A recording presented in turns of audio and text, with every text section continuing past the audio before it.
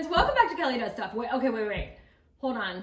Spooky friends, but actually today we're talking to all kinds of friends. Today I thought we would have a conversation about foam, EPS versus XPS foam, the advantages, disadvantages, and potential uses. Which one should you be using for your displays? Because whether it's Halloween or Christmas displays, tabletop vignettes, dioramas, foam is life.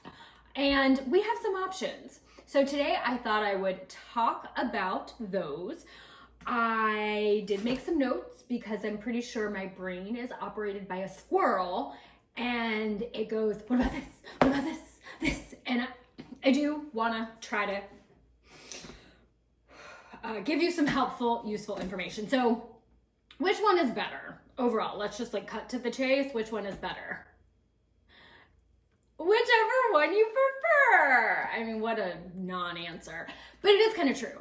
No matter what I say about any of this stuff today, just use what you like. If there's one that you like working with better, if it's easier to get, if you like the result, that is the better one. I will say though, XPS foam, I do think that's kind of the better foam if you want to transform stuff. If you want something that looks like a wooden fence, a cobblestone road, a brick wall, XPS foam just has this phenomenal ability to become so many other things. Not to say that there aren't great things that you can do with EPS, and I use EPS a lot.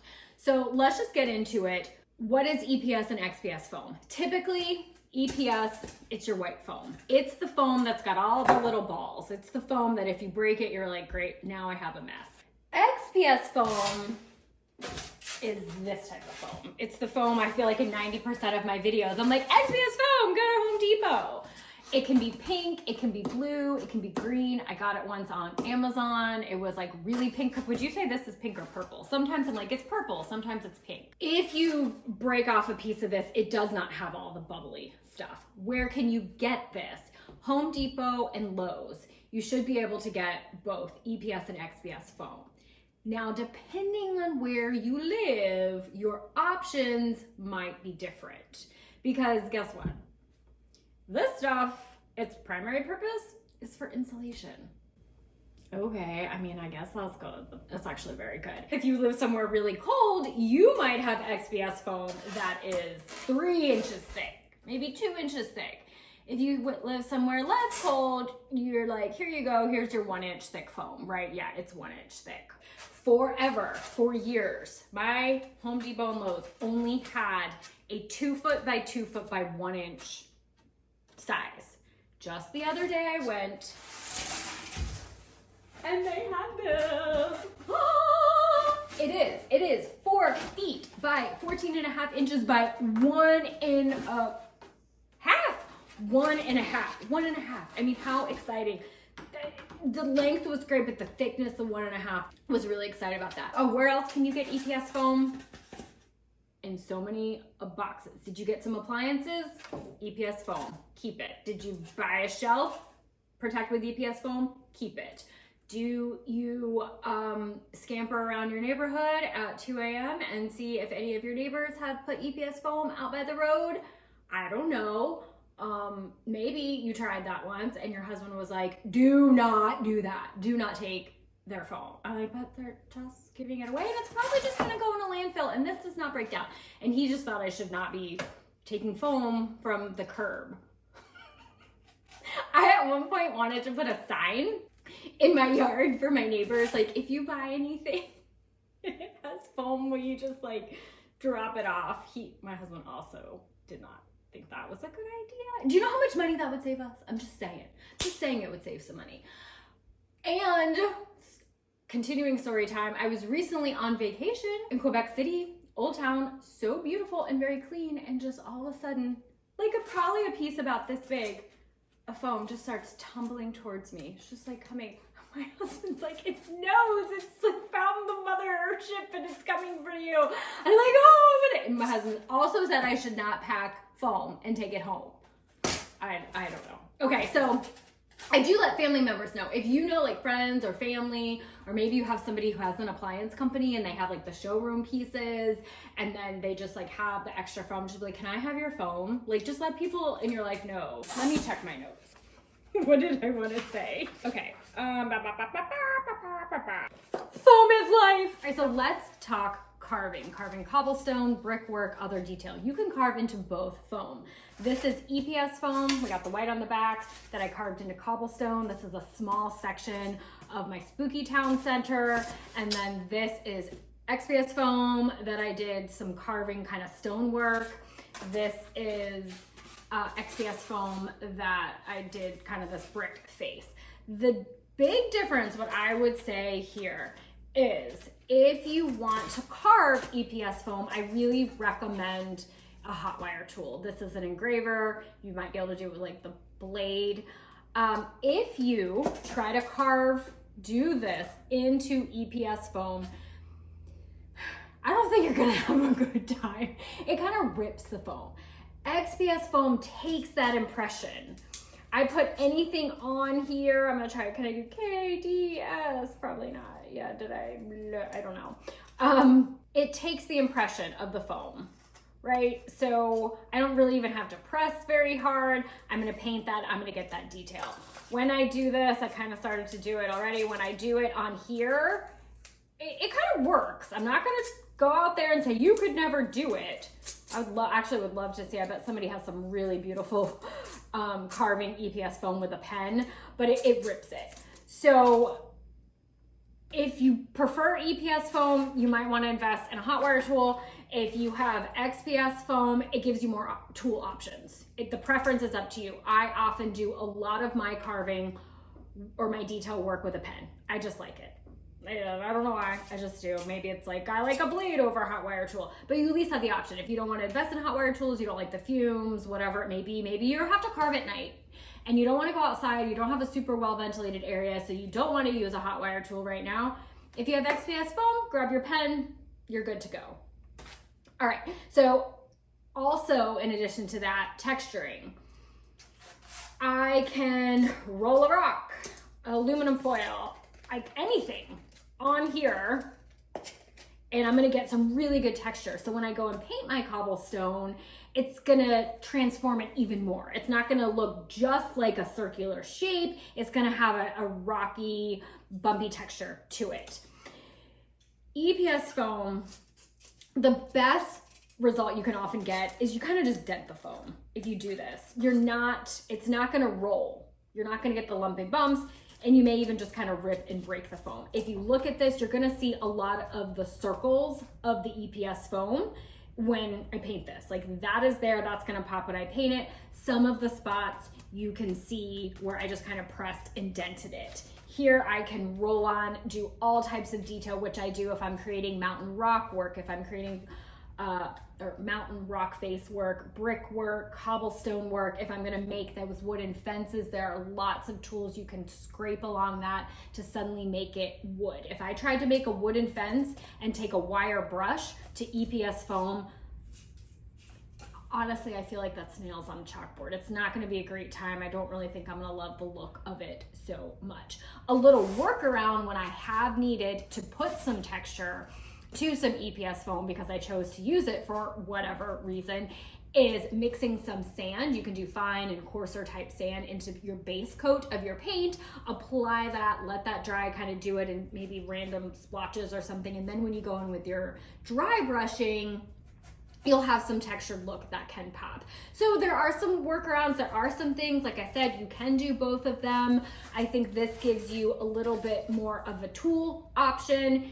And texturing, possibly you're gonna get a more realistic look by doing this with your XPS foam versus EPS foam. Now, I made my entire Spooky Town Center out of EPS foam. Huge sheets of carved cobblestone and then brickwork. And the brickwork, I did not use my engraver, and I can't remember why. I decided to do that with a pencil. The result does not look fantastic. I can look at it, generally I'm like, I see what you're going for, Kel, you got some brickwork. It could have looked better with the engraver, but why did I use that? And it was just size availability. I had really big sheets of the EPS available, and I wanted a really big long platform. I wanted solid strips because I was already gonna stack them this way. I didn't also want to have to piece a whole bunch of this together. So in that instance, I was like, I'm gonna go with the size. The size is gonna work out better for me, and I'll sacrifice a little bit on the finished look and like the realistic element to it. All right, what about carving rocky mountain platforms?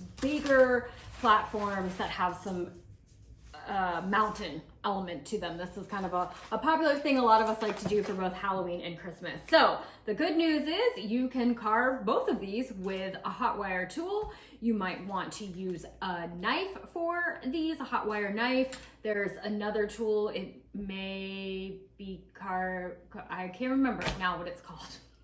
I'll try to write it down at the bottom there. You can get hot wire tools from Hot Wire Foam Factory. They have a whole bunch. I also like a lot of tools by a company called Go Change. I'll try to put that information in the description. So the first platform that I ever carved, this is one of the first platforms I ever carved, and I did it with EPS foam because I did not yet know the joys of XPS foam. This was like 15, 16 years ago, and all I had was EPS foam. This was made from 2-inch thick foam, which was great. I was able to use fewer sheets to get the height, and I only have kind of 3 seams where they join, you know? So that can be great for kind of getting a consistent rock face all the way down. When I'm using that 1-inch XPS foam to carve, which was all I had available, but now I have 1.5, maybe I'll find 2-inch. But obviously the fewer or the lighter the thickness, the less thickness, the more I kind of have to stack. This is the back of a XPS platform. I don't finish it, but you can see you're gonna have all of those seams. So that was just a wonderful advantage with the EPS foam that I had the thickness available to me and I can get consistency in carving all the way down. Now, this was something that I did paint.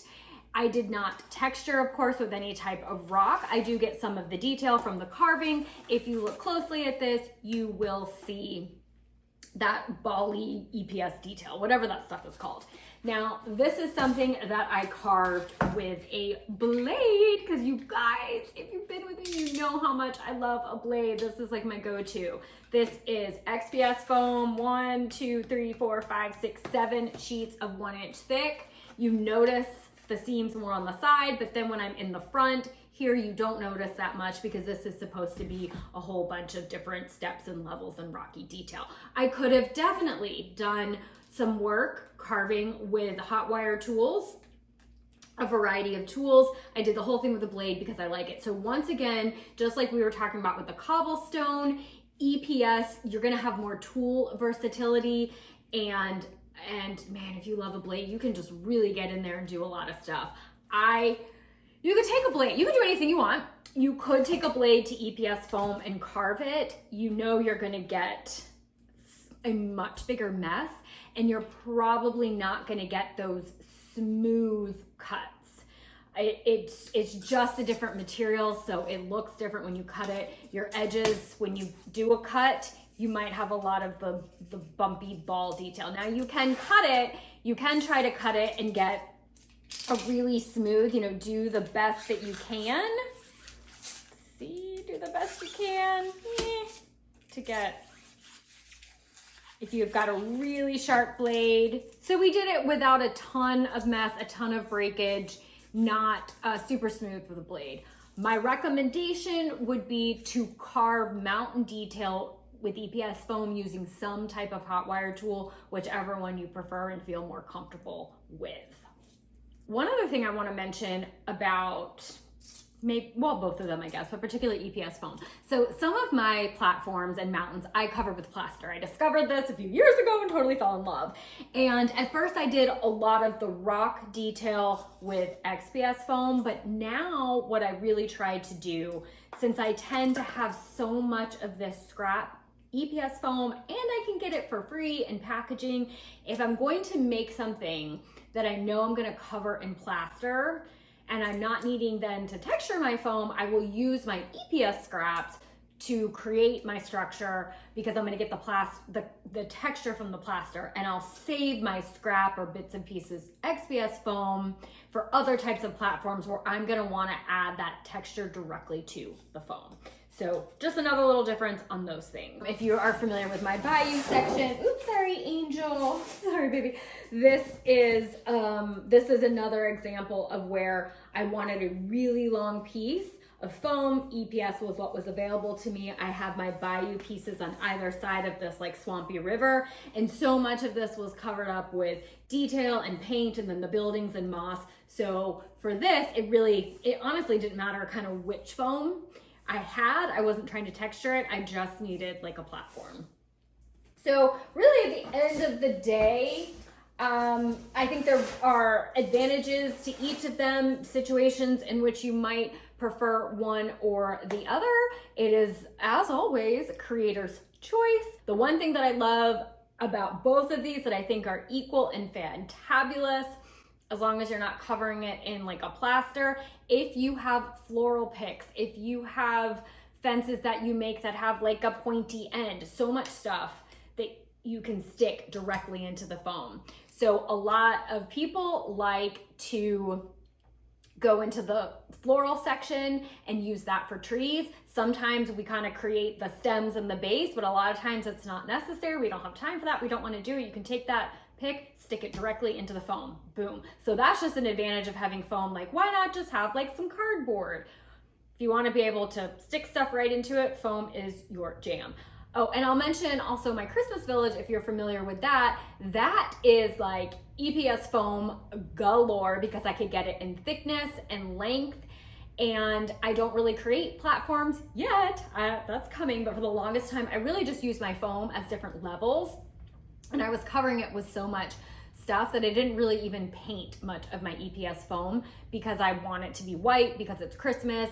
Any of the foam that does show through, I'm kind of covering it with other foam and maybe some road work. So it sort of saved me some time of creating just levels for Christmas with pink foam that I would then have to paint white. So there's an example where for Christmas, EPS foam was my preferred foam. Is that it? Do I have anything else? Okay, two little things. Styrofoam coolers can be great. That's EPS foam. I don't know if it's technically called EPS, but it's like similar like that. You know, it's like the white styrofoam cooler, you know what I'm talking about? If you want like instant height, go for those, man. You don't have to like stack stuff. You've got height. You can get some layers going pretty quickly. You can cut those foam because what a styrofoam cooler could be like 12 inches. I have not been able to find like 12-inch thick pieces of EPS foam. Sometimes I've seen on like Marketplace, you can get like styrofoam blocks of foam. So that's another place. Like you can search around for people who, sometimes people just give it away or they're like selling it for super cheap. And I also want to give a shout out to the foam parking lot cutters. Raise your hand if you cut foam in the parking lot of a Home Depot or Lowe's. If you go to get foam, like if you can get foam in 8-inch sheets, not 8-inch, 8 foot wide or sometimes long, like however, bring a blade with you so you can cut it to fit into your car. I have many times forgotten the blade and then I'm buying another blade in the store. If you are cutting, I have to say it, foam in the parking lot, please be so careful. Don't have your back, you know, to everybody and like be bent over your car. And if you're laying it down on the ground, you know, I know this is like, thanks Kelly, we're not like, we know, but sometimes we get so excited about foam because foam is life that we like sort of forget. Just like be aware and be really careful when you're cutting your foam in your parking lot, in their parking lot, in any parking lot. Okay, so I think that's all I have to say about foam. I actually had to take a break in filming this and go do like real world stuff, which is so lame, but I wanted to just finish up by saying thank you guys so much for watching. I hope this was helpful. It maybe answered some questions or gave you some ideas on how you could use your foam. And I would love to know what you guys are doing with your foam. Do you have preferences? How are you using it? What didn't I talk about? We have such an amazingly creative community and I look forward to hearing your ideas, your reasons why foam is life, or maybe it's not. Do you hate foam? I don't know, let me know that too. it would mean so much to me if you guys could give this video a like and please subscribe to my channel. And the biggest thank you in the whole wide world to all of you who have subscribed. I appreciate you guys so much. I look forward to seeing you next time, and happy creating!